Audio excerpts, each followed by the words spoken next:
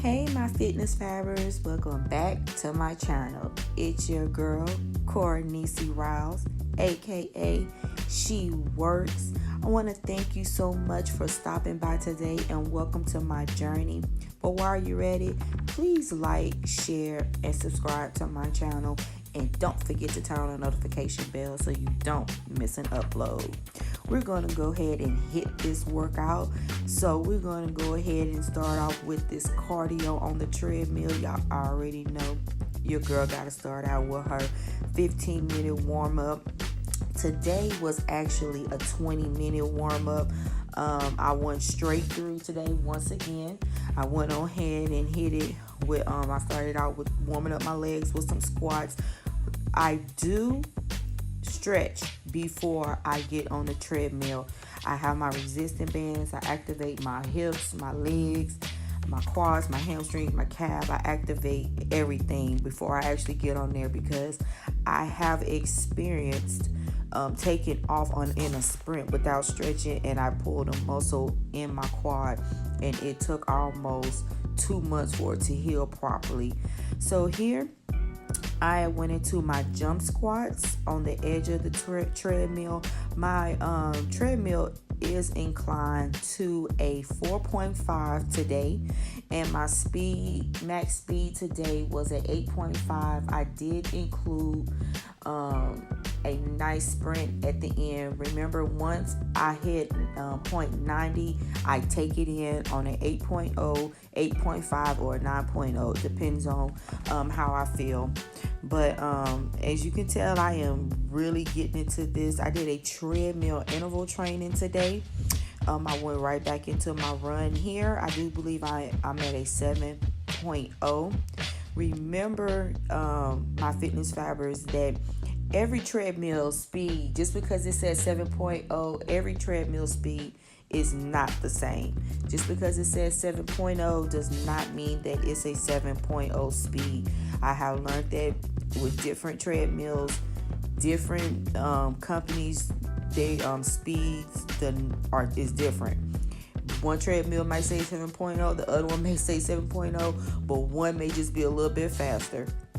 So, and also remember, my fitness fabbers, that when you're on the treadmill, you do not want to hold on when you are walking or running. You want to be able to move those arms because you want a full body workout. Remember, the treadmill is really cheating you from being outside. It is nothing like being outside. I stated in one of my previous videos that being on the treadmill and going outside, two different things. I have seen people that can run a 7 mile on a treadmill, but once they get outside, it is hard for them to complete 2 miles because it is it's different. You're going against gravity when you're outside. Your body, you're actually moving when you're going outside.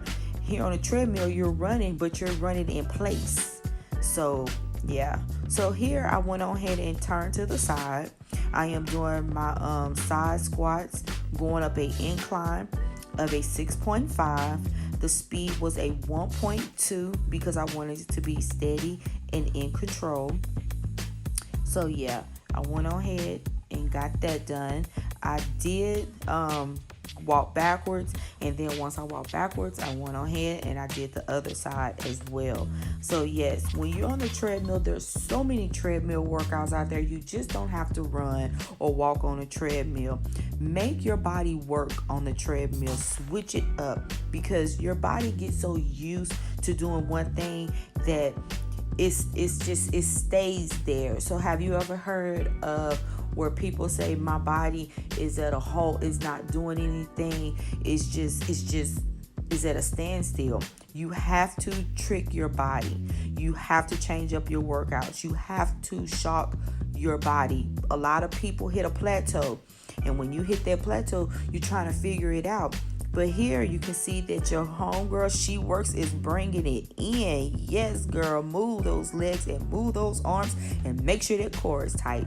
I am bringing it in on an 8.5, and because I started off with the walk, because I had to make sure that my speed got up there, I went on ahead and once it hit a mile, I took it to a 1.05 because I did cheat myself, because remember it started off walking. So I always take that into consideration. So now we're finna get into these weights. Oh yeah. So today your girl did total body. Today was total body Tuesday. I incorporated 2 workouts in one, meaning that when I went down into my squats, I was also working back and arms as well.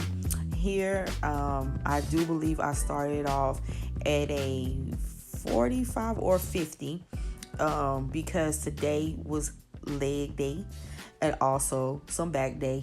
So whenever I try to incorporate legs, I try to at least start off with something that's going to push me. I don't try to start off too light, because remember, I am building legs as well, and I'm also getting that booty blast going. You know, your girl has to make sure that booty stay right and tight, because hey, I'm getting up in the age. But here I am doing kickbacks. When you always want to make sure that your form is correct, and when you're kicking back, you want to make sure you're squeezing, and also when you're bringing that knee in, you want to make sure that your core is tight and you're engaging that core as well. So when you do kickbacks, you're also working core when you bring that knee in, because you're squeezing that core, the lower part of your core. So now I am doing side squats. This weight was on a 15, and when I stepped out, so I was pulling 15s out. Whenever I went into a squat, I made sure I went into a deep squat. When I came up, I made sure I held on to the bar, because I didn't want the weight to pull me over. So yeah, I did hold on to the bar. So I'm making sure I go into a deep squat, and when you come up, make sure you're using all your legs and some of your core to come up. So now I am giving you a side view as well, of the opposite side. So here I did bring up the bar just a little bit more so I can get a higher pull. So I wanted to come to the top of my chest instead of towards the midway. So I'm working upper back now, still going into the squat, still working quads, still working booty. When I come up, I am making sure I'm squeezing my glutes, and I'm also making sure I am squeezing my quads. Yes, a lot of people, when you come up, just don't squeeze booty, squeeze them legs too, squeeze quads too, get it in. So yes, each workout tonight was 3 sets. Of each workout, I did take my weight up by 10 pounds each set. So if I started out at a 25, I do believe these go up by 10s. So that I went up to the next weight. So, but I didn't start off at 25. I actually started off at 40, 45 or 40, one of them. So by the time I finished, I do believe I was like at a 70 or something like that. I really don't know, because each one of these things, their weights are different. You know, one may say 20, one may say 30. So I don't remember which one I was on, but I did take it up by 10 pounds. So now I am doing the opposite leg. Like I always said, you always want to make sure that you both sides of your body, you are working. Don't just work one. If you're doing 10 on one leg, make sure you do 10 as well on the second leg as well. So you don't want to have one leg that's stronger than the other. Here I am doing, these I am doing step back lunges, reverse lunges with my with the weight wrapped around my ankle. Here you're going to see throughout this that I was on my last set right here, so my legs were burning, and you're going to tell because I'm going to kind of lean over with it, but I did complete my set. I completed my set. I took it and I took a pause and gathered myself, got myself together. Right here, got myself together. I felt my form coming off. Remember, form is important. If your form is not correct, all right, get it together, Takora. There you go. Pause and get right back into it. Yes. Remember, if your form is not correct, what are you working? You're injuring yourself in so many ways. Now I am on the opposite leg. and that other leg was burning. It was burning. I remember I told you this was my third set. So I just felt like my leg was going numb. But I got myself together, stepped forward. Sometimes you'll be so surprised that a slight pause will get you right back on track again. So yes, your girl, I did a little wobble, so I was like, okay, Cora, come on, push. But my push was a good, clean push. My push was not nothing that was going to cause me to be injured or to cause me to break a leg or a bone or something. So I stepped back, got myself together, and I'm going to complete this workout. I'm going to complete this set. If I ever get to the point to where I know I cannot complete a set, what I will do, I will stop that workout.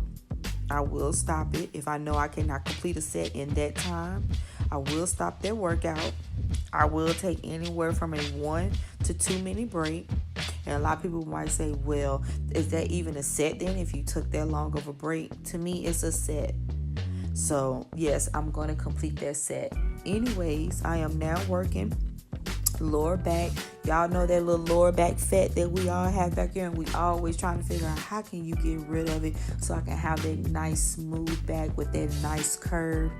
Well, one of my trainers back in Georgia told me, get on this and get it done. Do 3 sets of 10 and rest in between each set. Make sure you rest anywhere from 45 seconds to a minute, because you're going to start feeling that. You're going to start feeling that muscle work in your lower back. And did I not feel it? Woo! So now I am working some core. I did 3 sets of these. I believe it was 10 to 15. When I come down, I make sure I crunch my side. I make sure I bring that knee up. And so yeah, this workout also, I felt it in the side of my obliques, and I also felt it in the middle of my core as well. I had to adjust it for short people. I had to adjust it, so I made sure that it was my height level, and I made sure that I didn't flip over.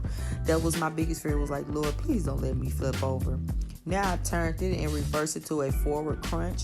When I come in, I make sure I tap my knees.